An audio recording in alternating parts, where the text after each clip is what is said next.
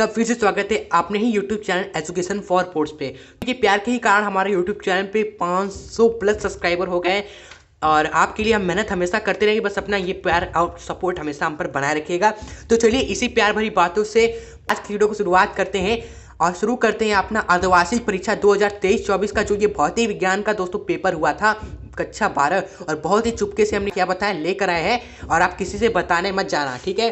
तो चलिए आप सभी अपने ही हो, शुरुआत करते सबसे पहले क्वेश्चन की क्या पूछा गया है। और हाँ, वीडियो को लाइक और सब्सक्राइब चैनल को करना मत भूलिएगा। तो सबसे पहला है आपका क्वेश्चन है कि विद्युत चुंबक बनाने के लिए सबसे उचित धातु है। तो विद्युत चुंबक बनाने के लिए आपने क्रिस 3 में भी देखा होगा हमारा दोस्तों नर्म लोहा हमारा क्या होता है सबसे मज़ेदार सिद्ध होता है प्यारे बच्चों, जिस पे अगर कोई चिपक जाए तो लाख कोशिश कर लो भाई साहब निकलने वाला नहीं। चलो उसके बाद है सेकंड आपका चुंबकीय आघूर्ण का मात्रक क्या होता है, ठीक है। तो चुंबकीय आघूर्ण का मात्रक वैसे आप आघूर्ण का जो ऐसा ही मात्रक होगा यहाँ पर एम्पियर मीटर आपका स्क्वायर हो जाएगा। क्यों? क्योंकि भाई चुंबकीय आघूर्ण सबको पता है हमारा क्या होता है, एम से डिनोट करते हैं। एम होता है दोस्तों करंट कितना फ्लो हो रहा है और कितने एरिया में फ्लो हो रहा है। अब भाई करंट का तो होता है एम्पियर, ठीक है, और एरिया का होता है मीटर स्क्वायर, तो एम्पियर मीटर स्क्वायर इसका करेक्ट आंसर था। उसके बाद यहाँ पर विद्युतशीलता एवं चुंबकीयशीलता इन दोनों का गुणनफल आपको है और इसके घातीय -1/2 है। इसका मान क्या होता है? बहुत ही घुमावदार क्वेश्चन था, सभी बच्चे जरूर पढ़े होंगे कि 1/में रूट में विद्युतशीलता एवं चुंबकीयशीलता इन दोनों का जो गुणनफल होता है वह प्रकाश की चाल c के बराबर होता है, यानी कि 3 × 10⁸ मीटर प्रति सेकेंड, यानी कि ऑप्शन नंबर बी करेक्ट है। यहाँ पर आगे बढ़ेंगे तो यहाँ पर जो क्वेश्चन है यहाँ पर आपके सामने है चौथा कि एक सेल का जो विद्युत भागफल आपका ई है, जब इसे दोस्तों लघु पथित कर दिया जाता है तो इसके टर्मिनल का वोल्टेज होगा वह ई हो जाए। क्योंकि भाई एक सेल है आपका, ये क्या है सर्किट में इस तरह जुड़ा हुआ है। अब लघुपतित करने का मतलब है सर्किट से दोस्तों इस तक काट दिया, सर्किट से यहाँ पर मान लो आपने क्या कर दिया, इसको काट दिया, यहाँ से भी सर्किट से आपने काट दिया, तो अलग अलग कर दिया, तो भाई सेल का तो सेल ही रहेगा। इसका अगर वोल्टेज वी है ई है तो काटने के बाद भी अगर आप इसके दोस्तों यहाँ पर चेक करोगे दोस्तों वोल्टेज, तब भी दोस्तों टर्मिनल वोल्टेज आपका वही रहेगा, ई का ई ही, ओके, कोई भी बदल नहीं सकेगा। उसके बाद पांचवा है कि 24 प्रतिरोध वाले तार को समबाहु त्रिभुज के रूप में जोड़ दिया गया है। तो आपको क्या करना है, दो किनारों के बीच प्रभावी प्रतिरोध निकालना है। समझिए बात करो, आपने क्या किया, एक 24 ओम प्रतिरोध वाले तार को क्या कर दिया है, समबाहु त्रिभुज के रूप में मोड़ दिया। यानी कि एक तार था ऐसे सीधा सा, आपने इसको क्या कर दिया, इधर से मोड़ा और मोड़ मार के दोस्तों इसको इधर कर दिया, इसको इधर कर दिया, आप अपने एक समबाहु त्रिभुज बना दिया। अगर ये मान लो 24 दोस्तों ओम का था तो ये समबाहु त्रिभुज बन जाएगा। तो इसका प्रत्येक जो भुजा है दोस्तों वो 8 ओम प्रतिरोध का होगा, ये भी 8 ओम, ये भी 8 ओम। तो आपको क्या करना है ना, केवल एक सिरे एवं दूसरे सिरे के बीच में आपको क्या करना है, तुल्य प्रतिरोध निकालना है, प्रभावी प्रतिरोध। ओके, सो कैसे निकालेंगे, देखो अगर आप इसको पहले ड्रॉ करो सर्किट को अगर हम ड्रॉ करेंगे तो इस तरह एक हमारा प्रतिरोध है, फिर ऐसे एक प्रतिरोध है और यहाँ पर एक ऐसे प्रतिरोध है और सभी के सभी 8 ओम है। हम कोई भी दो सिरा ले लेते हैं, इस दो सिरा के बीच में हमें प्यारे बच्चों प्रभावी प्रतिरोध निकालना है। तो आप ध्यान दोगे तो सर ये आटोम क्या है, एक दूसरे में दोस्तों श्रेणी कम में है, तो 8 दूनी क्या हो जाएगा, 16 ओम हो जाएगा प्यारे बच्चों।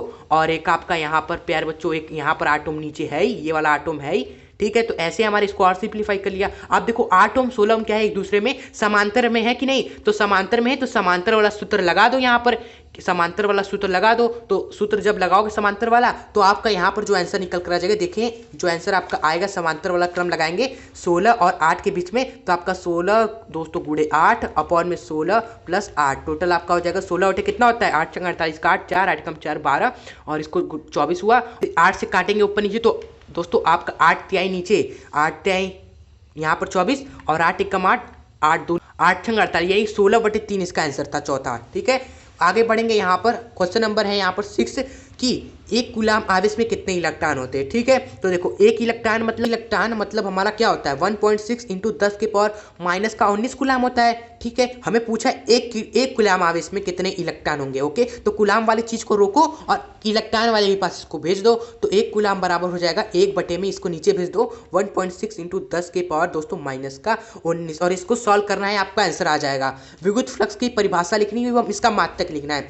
तो देखो जो विद्युत फ्लक्स होता है ना, किसी भी विद्युत क्षेत्र में, अगर कोई विद्युत क्षेत्र है आपका इस तरह जा रहा है विद्युत क्षेत्र में, अगर आप कोई काल्पनिक पृष्ठ लेते हो ना, तो उस काल्पनिक पृष्ठ से जितनी भी दोस्तों हमारी विद्युत क्षेत्र रेखा गुजर रही है ना, उनकी माप को ही हम क्या बोलते हैं, विद्युत फ्लक्स बोलते हैं। और इसको कैलकुलेट करते फ्लक्स हमारा होता है ई डॉट ए करते हैं, ए हमारा इसका एरिया होता है। इसका मात्रक की बात करें तो मात्रक आ जाता है आपका, इसका मात्रक की बात करें तो यहाँ पर विद्युत क्षेत्र का मात्रक क्या होता है, विद्युत क्षेत्र का मात्रक होता है आपका न्यूटन पर कूलाम, न्यूटन पर कूलाम होता है। और इसको मीटर से स्क्वायर कर दो तो टोटल आपका दोस्तों आ जाएगा न्यूटन मीटर का स्क्वायर बटे में दोस्तों कूलाम।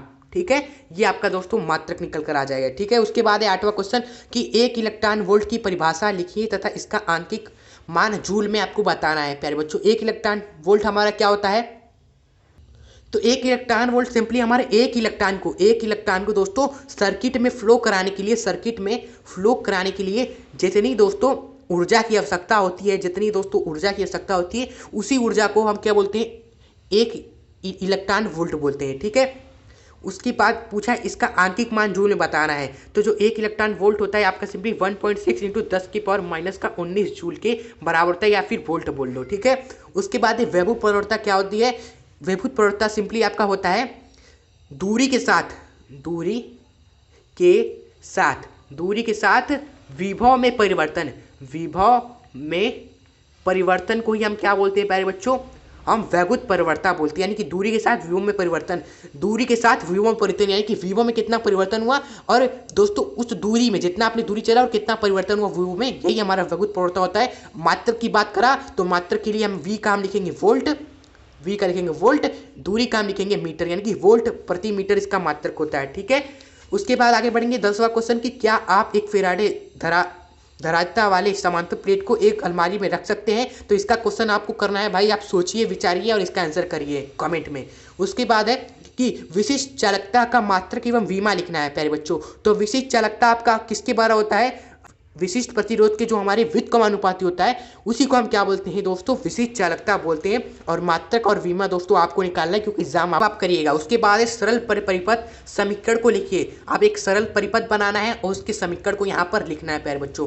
उसके बाद 13वां है कि सेल के आंतरिक प्रतिरोध से आप क्या समझते हो, किन किन परिस्थितियों में सेल का दोस्तों या विद्युत वाहक बल तथा टर्मिनल विभवांतर समान होगा, किन परिस्थितियों में। ठीक है, ये आपको बताना है। एम्पियर का परिपथी नियम आपको लिखना है यहाँ पर। उसके बाद है यहाँ पर कि R मीटर त्रिज्या के धारा लूप में अगर I एम्पियर धारा प्रवाहित की जाती है तो धारा लूप के चुंबकीय द्विध्रुव आघूर्ण का मान क्या होगा। सिंपली ओके, आसान है कि एक आपका त्रिज्या का लूप है जिसकी त्रिज्या R है और इस लूप में I धारा प्रवाहित की जा रही है, तो चुंबकीय द्विध्रुव आघूर्ण आपका क्या हो जाएगा, M आपका हो जाएगा जितनी धारा प्रवाहित की, और इस पूरे का क्षेत्रफल क्या हो जाएगा, पाई R स्क्वायर। सिंपल। उसके बाद है बायो सेवर्ट का नियम लिखना है और इसको पढ़िएगा, एक न्यूमेरिकल है आपसे यहाँ पर पूछा गया है। ठीक है, यहाँ तक है, यहाँ पर आपका ज्ञात करना है। उसके फिर 70 क्वेश्चन यहाँ पर देखो क्या पूछा गया है, 70 क्वेश्चन पूछा गया है। जूमिन इस एक वेलेंट तार को खींचकर आपने लंबाई आपने 10% बढ़ा दी तो इसके प्रतिरोध में कितने प्रतिशत की वृद्धि होगी, ये आपको बताना है। इसका आंसर आएगा 21% की आपकी वृद्धि हो जाएगी प्रतिरोध में। ठीक है, उसके बाद है आपका कि आपका वैद्युत द्विध्रुव के अक्षीय तथा निरक्षीय स्थिति के R दूरी पर स्थिर बिंदु पर विद्युत वाहक बल का व्यंजन प्राप्त करना है। डेरिवेशन से कहाँ बचेंगे आप, ये डेरिवेशन पूछ लिया है यहाँ पर। उसके बाद आपका है विद्युत धारिता क्या है, समांतर प्लेट संघात्री के लिए धारिता का सूत्र प्राप्त करना है आपको। ओके, विद्युत धारिता आपको पता ही है, समांतर प्लेट संघात्रा के लिए जो धारिता होता है हमारा C, वो आपका होता है एप्सिलॉन नॉट A/d। और ये कैसे निकल कर आया, किसी भी धारिता के लिए ये सूत्र कैसे निकल कर आ गया समांतर प्लेट संघात्री के लिए, तो ये आपको डेरिवेट करना है यहाँ पर, फिर डेरिवेशन बचेंगे नहीं आप।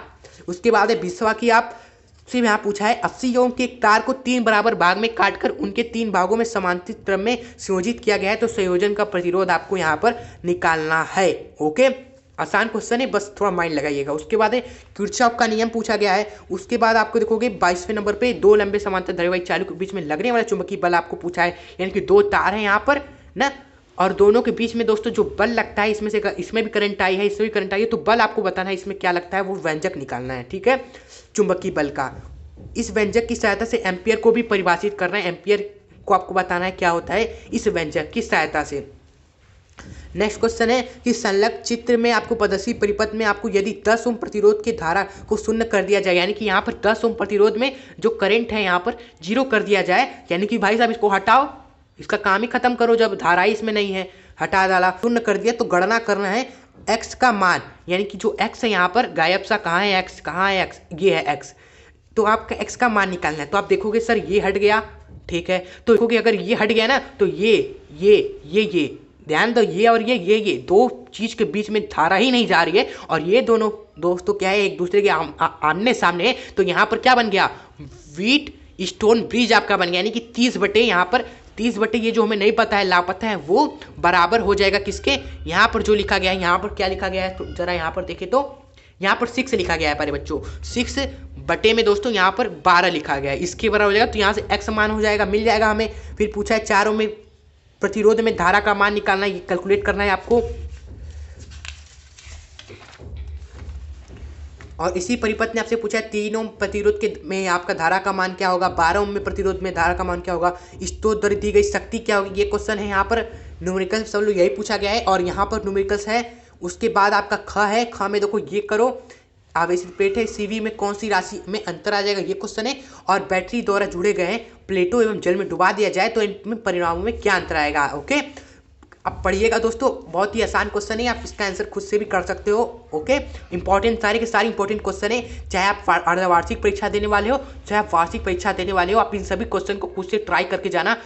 आप खुद ही देखोगे कि आप कितने सारे क्वेश्चन आप यूं ही कर लोगे एग्जाम में, क्योंकि इन्हीं में से ही आ जाएगा आपका 4-5 क्वेश्चन आपकी परीक्षा में। ठीक है, तो चलिए आपने आज की इस वीडियो को यहीं पर करते हैं एंड। अगर वीडियो पसंद आई हो तो आप सभी से रिक्वेस्ट है, गुलाब जामुनो वीडियो को लाइक और सब्सक्राइब ठोक के ही जाना। हम मिलेंगे ऐसे नेक्स्ट धमाकेदार वीडियो के साथ, नेक्स्ट पेपर के पोस्टमार्टम के साथ। तब तक के लिए आप क्या कर सकते हो दोस्तों, रासायनिक विज्ञान का दोस्तों ये जो पोस्टमार्टम वीडियो है इसको देख सकते हो, लिंक डिस्क्रिप्शन बॉक्स में है। जय हिंद, जय भारत।